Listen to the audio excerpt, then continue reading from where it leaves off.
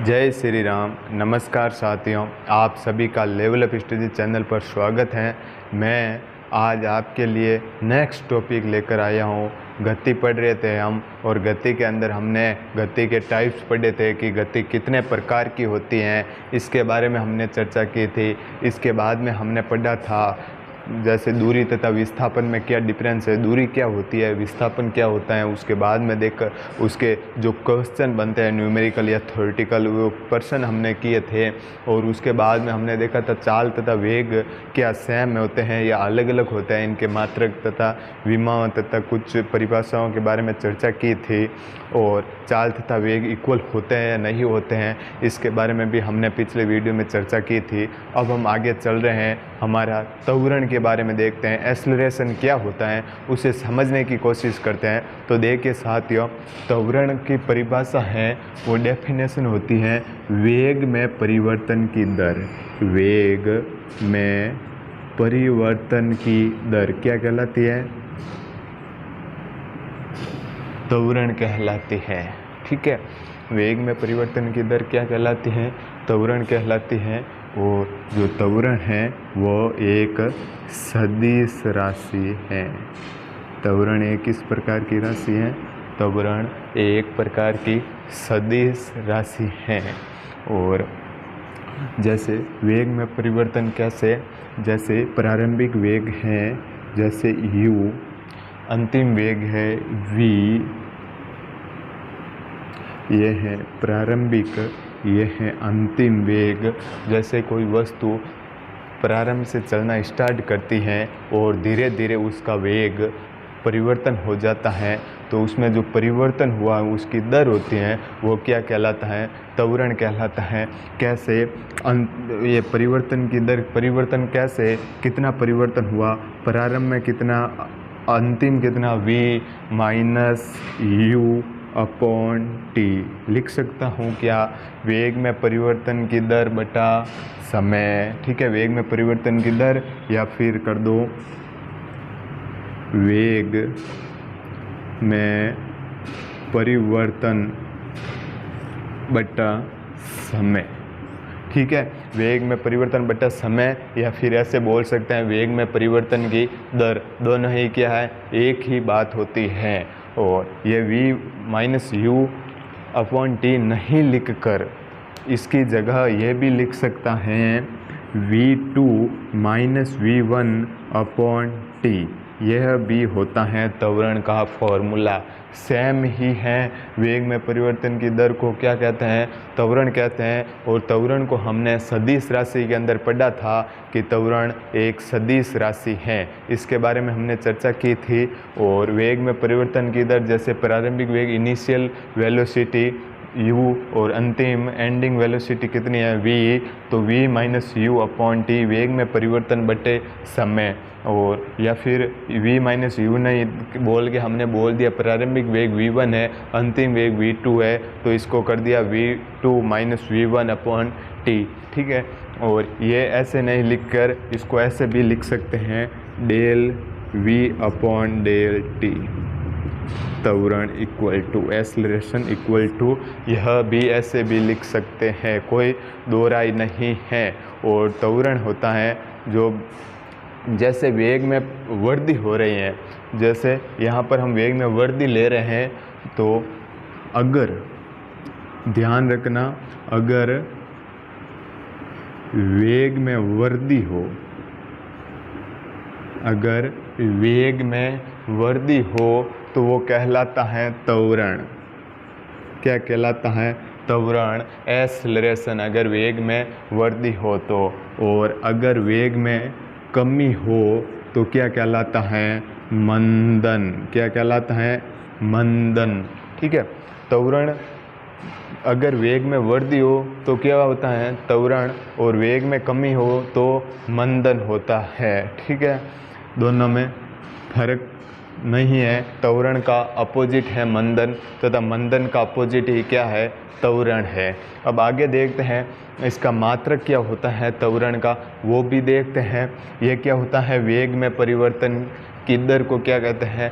त्वरण v upon t, del v upon t. वेग का मात्रक हमने क्या पढ़ा था? वेग का मात्रक होता है वेग v, मात्रक क्या होता है? मीटर प्रति सेकंड। चाल तथा वेग पढ़े थे तो उसके अंदर हमने देखा था कि इसका क्या होता है मात्रक, तो इसका वेग का मात्रक होता है मीटर प्रति सेकंड। और टाइम, समय को t से प्रदर्शित करते हैं और इसका मात्रक होता है सेकंड। क्या होता है? सेकंड। और त्वरण बोल रहे हैं वेग में परिवर्तन की दर ही क्या कहलाती है? त्वरण कहलाती है। Del v upon del t. तो v का मात्रक क्या है? वेग का मीटर प्रति सेकंड हो गया, और बट्टे के अंदर ही क्या है? सेकंड। तो यहाँ पर लिख दिया सेकेंड। ठीक है, मीटर प्रति सेकंड। और ये बट्टे वाला सेकंड कौन सा? ये। अब देखिए, ये इसके बट्टे में ये है, इसके बट्टे में 1 कर दिया, तो सबसे नीचे वाला सबसे ऊपर, और ये दोनों आपस में, तो क्या हुआ? ये 1 गुणा मीटर क्या हुआ? मीटर बट्टे प्रति सेकंड स्क्वायर। क्या सही है? हाँ, ये बिल्कुल सही है। तो त्वरण की विमा पूछ ले, ये इसका मात्रक क्या हो गया त्वरण का? मीटर प्रति सेकंड स्क्वायर। क्या होता है त्वरण का मात्रक? मीटर प्रति सेकंड स्क्वायर, ये मात्रक है। त्वरण का मात्रक क्या है? मीटर प्रति सेकंड स्क्वायर। और अगर इसकी विमा पूछ ले कि इसकी विमा क्या होती है, त्वरण की विमा क्या होती है, वो समझते हैं। त्वरण की विमा हमने देखा था, किसी भी भौतिक राशियों को मूल राशियों के घातांक के रूप में लिखना ही क्या कहलाती हैं? विमाएँ कहलाती हैं। जैसे ये हमने 3 इम्पोर्टेंट पढ़ी थी, मास, लेंथ तथा टाइम। ये मुख्यतः 3 ही विमा के अंदर लिखी जाती हैं, उनके बारे में चर्चा कर रहे हैं। तो यहाँ पर m ऐसे मत समझना कि ये m और वो m सेम है। यहाँ पर ये कैपिटल M है जो मास, द्रव्यमान को प्रदर्शित कर रहा है, और ये m है मीटर जो लेंथ, लंबाई का मात्रक है, जो लंबाई को प्रदर्शित कर रहा है। तो यहाँ पर m द्रव्यमान का ऐसा ही मूल मात्रक क्या होता है? kg, किलोग्राम होता है। क्या यहाँ पर कोई किलोग्राम है? नहीं है। तो यहाँ पर लिख दीजिए 0, m 0। और अब आए l, लंबाई का मात्रक है क्या? हाँ बिल्कुल है। कितनी बार है? 1 बार है। मीटर 1 बार, तो ऊपर लिख दो 1। और सेकंड स्क्वायर है, प्रति सेकंड स्क्वायर है। आपको बताया था बट्टे वाली संख्या जब कभी भी ऊपर आती हैं, भाग की गुणा में आती हैं, तो उसके घातों के चिन्ह चेंज होते हैं। मैथ्स में घातांकन करने में जो हमारे BR सर ने पहले ही वीडियो अपलोड कर चुके हैं इसके बारे में, घातांकन करनी। ठीक है, तो ये क्या हुआ? घात है, ऊपर जाएगी तो घातांक के चिन्ह चेंज, आधा चेंज नहीं होगा। ठीक है, तो यहाँ पर प्रति सेकंड स्क्वायर है, ऊपर जाएंगे, सेकंड 2 बार हैं, तो कितनी बार हो गया? -2 बार। इसकी विमा क्या हो गई? m0 L1 T-2। यही है हमारा त्वरण, एक्सेलरेशन। अब इसके बारे में 1-2 न्यूमेरिकल के क्वेश्चन बनते हैं, उसके बारे में भी चर्चा करेंगे। देखिए साथियों, हम 0 लेवल से बॉटम लेवल से अपेक्स तक जाने की कोशिश करेंगे, पूर्ण तक कोशिश करेंगे और पूरी तरह समझने की कोशिश करेंगे, एक भी पॉइंट पीछे नहीं छोड़ेंगे। और आपने देखा ही होगा, बिल्कुल 0 लेवल से साइंस स्टार्ट की हैं, और प्रत्येक जहाँ कहीं पर भी हमारे न्यूमेरिकल के क्वेश्चन बन रहे हैं, वहाँ पर आपको क्वेश्चन दिए जा रहे हैं और समझाए जा रहे हैं, साथ में सॉल्व भी कर रहा हूँ। ठीक है, तो देखते हैं आगे, समझने की पूरी तरह और कोशिश करते हैं कि क्या होता है त्वरण। 1-2 न्यूमेरिकल करेंगे तो आपको आसानी से समझ में आ जाएगा कि क्या होता है त्वरण। तो साथियों, प्रश्न दे रखा है, कोई वाहन विरामावस्था से गति करना शुरू करता है और 10 सेकंड में 120 मीटर प्रति सेकंड का वेग प्राप्त कर लेता है। 10 सेकंड में कितना वेग प्राप्त कर लेता है कोई वाहन? 120 मीटर प्रति सेकंड का वेग प्राप्त कर लेता है तो त्वरण की गणना करो। तो हमें त्वरण की गणना करनी है। अभी हमने देखा था वेग में परिवर्तन की दर ही क्या कहलाती है, त्वरण कहलाती है। वेग में परिवर्तन की दर अभी हमने देखा था v2 minus v1 upon T, यही देखा था यहाँ पर v minus you upon T, अंतिम वेग माइनस प्रारंभिक वेग बटे समय, यही देखा था हमने। तो इस प्रश्न को इस फॉर्मूले से सोल्व करने की कोशिश करते हैं हम, क्या यह सही हो रहा है क्या, तो वेग में परिवर्तन हो रहा है क्या इस प्रश्न में। कोई वाहन विरामावस्था से, विरामावस्था क्या होती है, जब गति पढ़ना हमने स्टार्ट किया था तो विरामावस्था तथा गति में डिफरेंस पड़ा था। विरामावस्था मतलब विराम, अर्थात उसका वेग क्या है, 0 है, वो स्थिर है।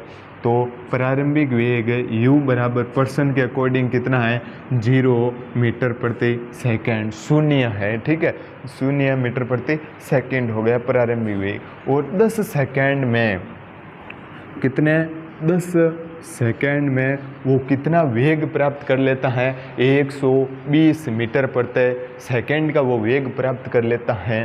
तो v बराबर कितना हुआ, 120 मीटर प्रति सेकेंड, 120 मीटर प्रति सेकेंड वो वेग प्राप्त कर लेता है। तो क्या हम इस फॉर्मूले में यह वैल्यू रख सकते हैं, बिल्कुल जी रख सकते हैं। हमारे पास v है, हमारे पास u है, हमारे पास t है, तीनों ही हैं। तो इस फॉर्मूले में क्या v u t, या फिर ऐसे बोल दो ये v2 है, ये v1 है, ये समय है, कोई दिक्कत नहीं है। प्रारंभिक वेग को v1 बोल दो, अंतिम वेग को v2 बोल दो, initial and ending velocity upon time, ठीक है।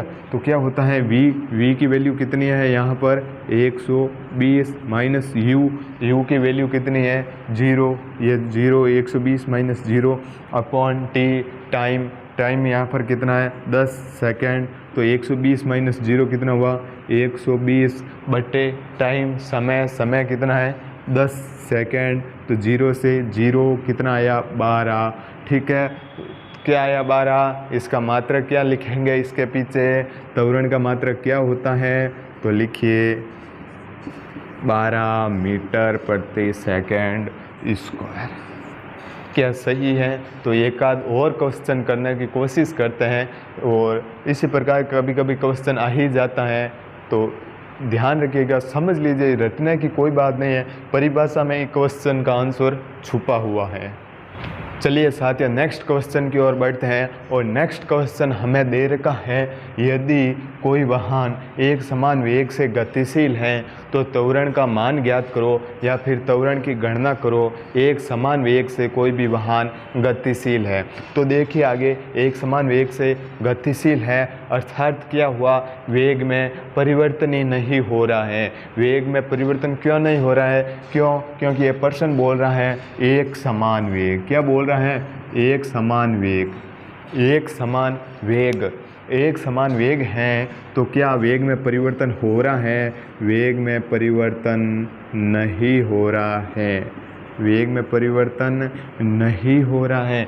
अगर वेग में परिवर्तन ही नहीं होगा तो क्या त्वरण उत्पन्न होगा, बताइए कमेंट बॉक्स में। नहीं होगा, क्यों नहीं होगा, क्योंकि यहाँ पर वेग में परिवर्तन नहीं है। त्वरण की परिभाषा क्या है, वेग में परिवर्तन की दर को क्या कहते हैं, त्वरण कहते हैं। वेग में समय के साथ परिवर्तन, यहाँ पर वेग में समय के साथ परिवर्तन ही नहीं हो रहा है, एक समान वेग से गतिशील है। 50 से थी तो आगे 50 मीटर प्रति सेकंड से ही वो गति कर रहे हैं कोई भी वाहन, तो क्या वेग में परिवर्तन हो रहा है, नहीं। तो यहाँ पर त्वरण का मान कितना होगा, त्वरण इक्वल टू 0। यह बिल्कुल सोचने समझने, पेन चलाने की भी आवश्यकता नहीं है। अगर एग्जाम्स के अंदर ये प्रश्न आ गया तो सीधा ये एक समान वेग देखते ही क्या त्वरण 0, क्यों, वेग में परिवर्तन ही नहीं हो रहा है, तो त्वरण का मान कितना होगा, 0 होगा। अब हम आगे बढ़ते हैं, त्वरण के बारे में देख लिया, और अब हम देखते हैं आगे बल, फोर्स। बल क्या होता है, फोर्स क्या होता है, जब कोई भी वस्तु को हम जैसे धक्का मारते हैं, उसको बल लगाते हैं, तो ही वो वस्तु क्या होगी, गति करेगी, ठीक है। जब आगे पढ़ेंगे बल के बारे में पूर्ण विस्तार से, लेकिन अब गति पढ़ रहे हैं तो गति के अंदर हमारे जब लॉ ऑफ मोशन पढ़ेंगे उसके अंदर हमारे बल बहुत ही ज़रूरी है, थोड़ा बहुत नॉर्मल जानकारी के लिए। तो अभी हम बल के बारे में देखते हैं। बल के टाइप्स कई प्रकार के होते हैं, लेकिन अभी हम बल होता क्या है उसी के बारे में नॉर्मल चर्चा करेंगे। तो देखिए साथियों, बल क्या होता है। फोर्स, बल, फोर्स, बल होता है साथियों F बराबर होता है द्रव्यमान इंटू त्वरण। द्रव्यमान तथा त्वरण के गुणनफल को ही क्या कहते हैं, बल कहते हैं। मास इंटू एक्सेलरेशन, मास मल्टीप्लाई एक्सेलरेशन क्या कहलाता है, फोर्स कहलाता है। ठीक है, ये बल है ना कि जब किसी वस्तु को, ये बल है जो किसी वस्तु को त्वरण भी उत्पन्न कर सकता है और कोई कोई वस्तु में मंदन भी उत्पन्न कर सकता है। आप बोलोगे कैसे, जैसे मैं किसी, ये पेन है, इस पेन को मैंने धक्का देना स्टार्ट किया तो इसमें क्या वेग में परिवर्तन हो रहा है, तो ये क्या है, वेग में वृद्धि हो रही है। यहाँ पर ये इनिशियल वेलोसिटी 0 है तथा ये धीरे धीरे वेग बढ़ रहा है। मैंने धक्का मारना, बल लगाना स्टार्ट किया है तो बल क्या हुआ, इसके वेग को बढ़ा दिया। वेग बढ़ता है तो क्या कहलाता है, त्वरण। और अगर ये है, ये ऐसे जा रहा है, नॉर्मली मान लो कि ये ऐसे जा रहा है और मैंने इसको पीछे खींच लिया बल लगाकर, तो इसमें क्या हुआ, मंदन भी हुआ, त्वरण क्या हुआ, कम हुआ। तो क्या होगा साथियों, बल है, इम्पोर्टेंट बात ध्यान रखना, बल वस्तु में त्वरण तथा मंदन दोनों ही उत्पन्न कर सकता है।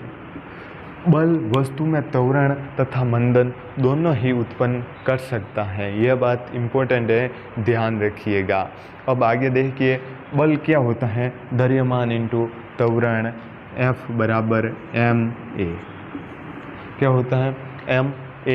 और इसके मात्रक की बात कर ले कि बल का मात्रक क्या होता है, यूनिट क्या होता है, तो m मास, मास का यूनिट कितना होता है, क्या होता है, kg, क्या होता है, kg।